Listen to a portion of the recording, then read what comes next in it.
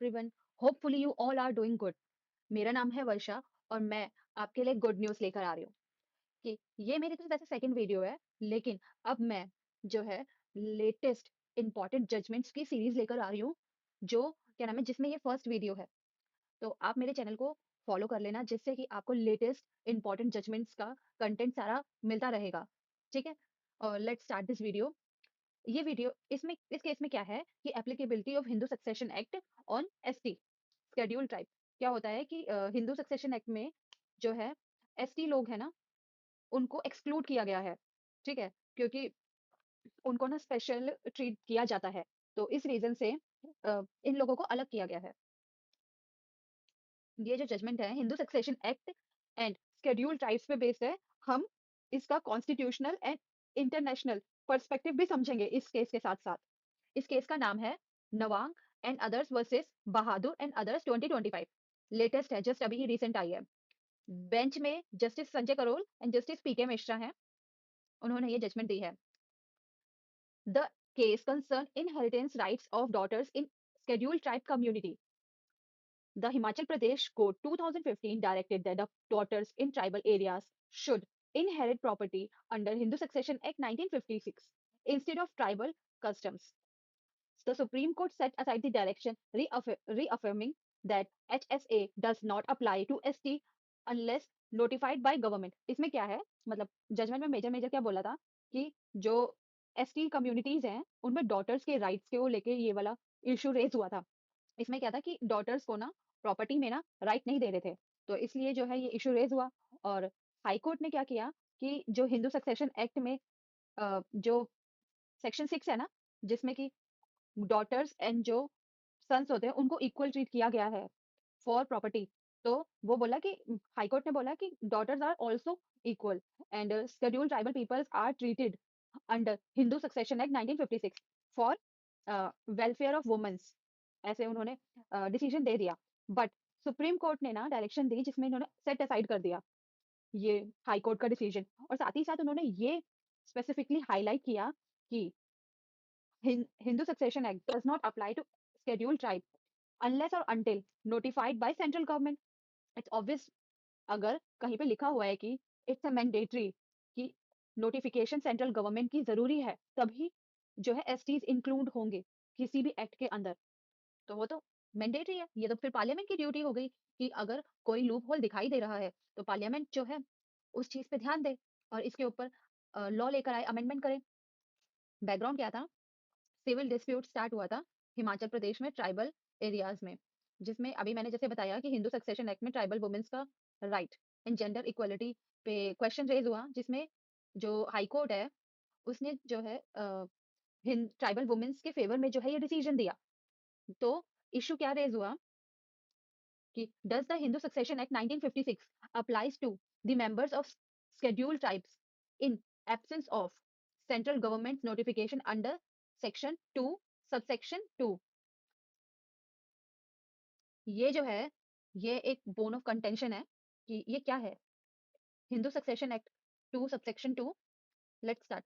Nothing contain in this act shall apply to the members of any ST within meaning of clause 25 article 366 of the constitution marked it unless the central government notification by their notification in official gazette।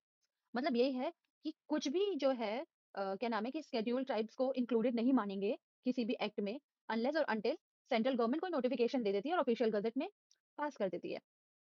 ठीक है, और यही था, scheduled tribes are explicitly exclude from HSA unless unless government notification extends, क्योंकि notification आएगा तभी include होंगे, नहीं तो ये एक्सक्लूड ही मानी जाएंगे। कोर्ट ने ऐसे बोला। देखो सुप्रीम कोर्ट का क्या ऑब्जर्वेशन था कि high courts direction exceeds its jurisdiction. Supreme court ने बोला भाई आप ना अपनी ज्यूरिसडिक्शन को एक्सीड कर रहे हो, आपको अपनी ज्यूरिसडिक्शन के अंदर ही डिसीजन देना है, आपको उसके आगे नहीं जाना है। और साथ ही साथ ये जो डायरेक्शंस है कॉन्फ्लिक्टेड विद दिस सेक्शन है।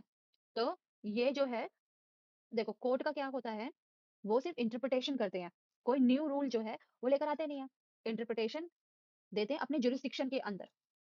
ठीक है, किसी भी चीज का इंटरप्रिटेशन हो, लॉ का, रूल्स का, कुछ भी हो। लेकिन जो कानून बनाने का काम है किसका होता है? पार्लियामेंट का होता है, ऑब्वियस सी बात है, ठीक है? लेकिन इस जजमेंट में क्या था, हाई कोर्ट ने क्या किया था कि एक नया रूल बना दिया था, जो ऑलरेडी मेंशन है कि सेंट्रल गवर्नमेंट नोटिफिकेशन के थ्रू जो है सारी चीज़ें एक्सप्लेन करेगी कि एसटी किस चीज़ में इंक्लूड है, एसटी किस चीज़ में इंक्लूड नहीं है। बट जो है हाई कोर्ट ने क्या किया था, अपने आप ही, अपने आउट ऑफ ज्यूरिसडिक्शन बोल दिया था कि जो एससी कम्युनिटी है, वो भी हिंदू सक्सेशन एक्ट में गवर्न होगी, जो जस्टिसिएबल नहीं है, according to supreme court's observation. High court's reasoning on social justice was not legally sustainable, क्योंकि देखो शेड्यूल ट्राइब्स के ना अपने एक ना वो होती है, अपनी एक डिफरेंट पर्सनैलिटी होती है, अपनी एक स्पेशलिटी होती है ट्राइबल कम्युनिटीज की।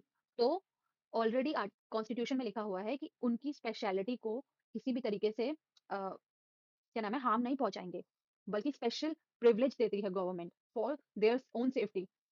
और ये शॉर्टकट कर बना के क्या नाम है, आप सोशल जस्टिस नहीं दे सकते हो इन कम्युनिटी को। Tribals have their own customs continue to govern their succession, ठीक है? तो जब तक कोई सेंट्रल गवर्नमेंट का कोई नोटिफिकेशन नहीं आ जाता है, तब तक ये फॉलो नहीं होगा। इसमें 2 केसेस हैं, या पढ़ लेना, ये भी इसी से ही रिलेटेड है, काफ़ी इंपॉर्टेंट है। सुप्रीम कोर्ट की क्या-क्या फाइंडिंग आई थी? सुप्रीम कोर्ट ने ये सेट असाइड कर दिया हाई कोर्ट का जो जजमेंट था 2015 वाला, reaffirmed non applicability of Hindu succession act to ST, कि वही है कि हिंदू सक्सेशन एक्ट जो है एसटी पे नहीं अप्लाई होगा, एसटी कम्युनिटीज पे। Clarify that courts can not extend laws by judicial direction, अपनी मतलब जुरिस्डिक्शन से बाहर नहीं जा सकते हो आप, अपने जुरिस्डिक्शन के अंदर ही रहकर आपको डिसीजन लेना होगा, यही कोर्ट ने बोला। और साथ ही साथ ये जो टॉपिक है कि क्या नाम है कि पार्लियामेंट पार्लियामेंट के ऊपर रख दिया कि ये जो है एसटीज जो हैं वो हिंदू सक्सेशन एक्ट के अंदर इंक्लूड होंगे या नहीं होंगे, क्योंकि पार्लियामेंट ही इकलौती है जो लॉ बनाती है। तो पार्लियामेंट के ऊपर ही ये वर्कलोड सुप्रीम कोर्ट ने रख दिया कि ये सारा डिसीजन जो है वो पार्लियामेंट का खुद का है, जस्ट दैट्स इट। ये सारी ऑब्जर्वेशन थी, और ये जो है इम्पोर्टेंट इम्पोर्टेंट कॉन्स्टिट्यूशनल आर्टिकल्स है रिलेटेड टू शेड्यूल्ड ट्राइब्स। ये जो है इसमें आर्टिकल 366, इसमें जो है एसटी की डेफिनेशन दी गई है। 342, power of president to specify ST, president की पावर है कि वो स्पेसिफाई कर सकते हैं कि कौन कौन एसटीज में इंक्लूड होगा। और आर्टिकल 13 है ना, 13(3)(a), customary laws is law in force hence unless contrary to the fundamental rights, कोई भी कस्टमरी लॉज हैं जैसे किसी भी एरिया के, वो जो है वो फोर्स में ही रहेंगे, अनलेस और अनटिल जो है वो फंडामेंटल राइट्स के अगेंस्ट जाते हैं। यही चीज आर्टिकल 13 में बोली है। आर्टिकल 14 और 15 fundamental rights, DPSP article 46, state to promote education and economic interest of ST, ये भी इंपॉर्टेंट है क्योंकि स्टेट को जो है ये प्रमोट करना पड़ेगा, दैट्स वाई जो है सुप्रीम कोर्ट जो है इंटरफेयर नहीं कर रही है शेड्यूल ट्राइब्स के जो भी कल्चर में, उनका इनहेरिटेंस का जो भी राइट है वो अपने अकॉर्डिंग कर रहे हैं, ठीक है। लेकिन अगर कोई भी सेंट्रल गवर्नमेंट ने रूल बनाया, कोई भी अमेंडमेंट किया, तो फिर वो चीज अलग होती है। और फिफ्थ और सिक्स्थ शेड्यूल में ना काफी प्रिविलेजेस हैं एसटी लोगों को, शेड्यूल ट्राइब्स को, और उनको प्रोटेक्शन प्रोवाइड की गई है। The judgment uphold tribal autonomy and cultural protections as a part of constitutional schemes, क्योंकि क्या है कि ऑलरेडी हमारे कॉन्स्टिट्यूशन ने ट्राइबल्स के लिए काफी ज्यादा प्रोटेक्शन प्रोवाइड की है, ठीक है। तो इस जजमेंट ने भी ट्राइबल्स की ऑटोनॉमी और कल्चर को अपहेल्ड किया है, अपहोल्ड किया है। और बस यही है, साथ ही साथ इंटरनेशनल कन्वेंशंस हैं जो स्पेसिफिकली मेंशन है कि ट्राइबल्स जो हैं उनके जो राइट्स हैं वो क्यों इंपॉर्टेंट है। और यही चीजें आप एक बार रीड कर लेना, आपको समझ आ जाएंगी। सिग्निफिकेंस क्या है इस जजमेंट की, legal protection of tribal customs, क्योंकि ये काफी फ्रेजाइल होती है ट्राइब्स, ठीक है, तो इनको प्रोटेक्शन की आवश्यकता होती है। तो इसी रीजन से जो है प्रोटेक्शन प्रोवाइड की गई है। और जो जुडिशरी अपना जुरिस्डिक्शन से बाहर चली जाती है उसको कंट्रोल करा है, और साइन दिया है कि जो जुडिशरी है उसको अपने जजमेंट को अपने ही जुरिस्डिक्शन के अंदर देना होगा। Highlight the need for legislative reform to ensure gender justice among tribal women's.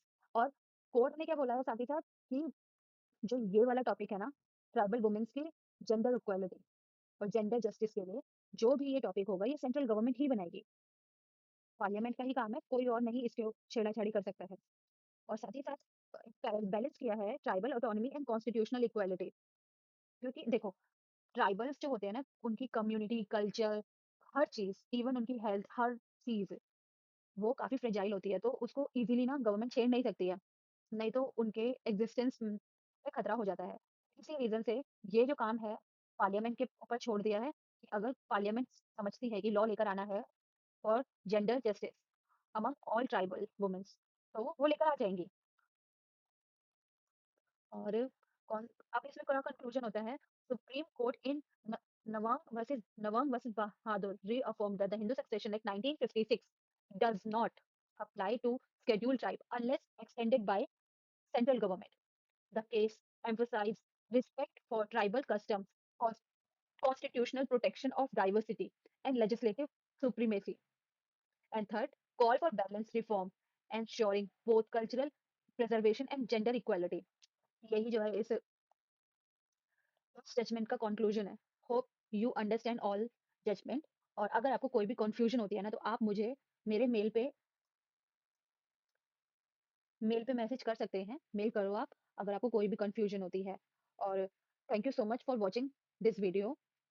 And if you like my video, please subscribe it, like it, and comment below for any suggestion. Thank you so much.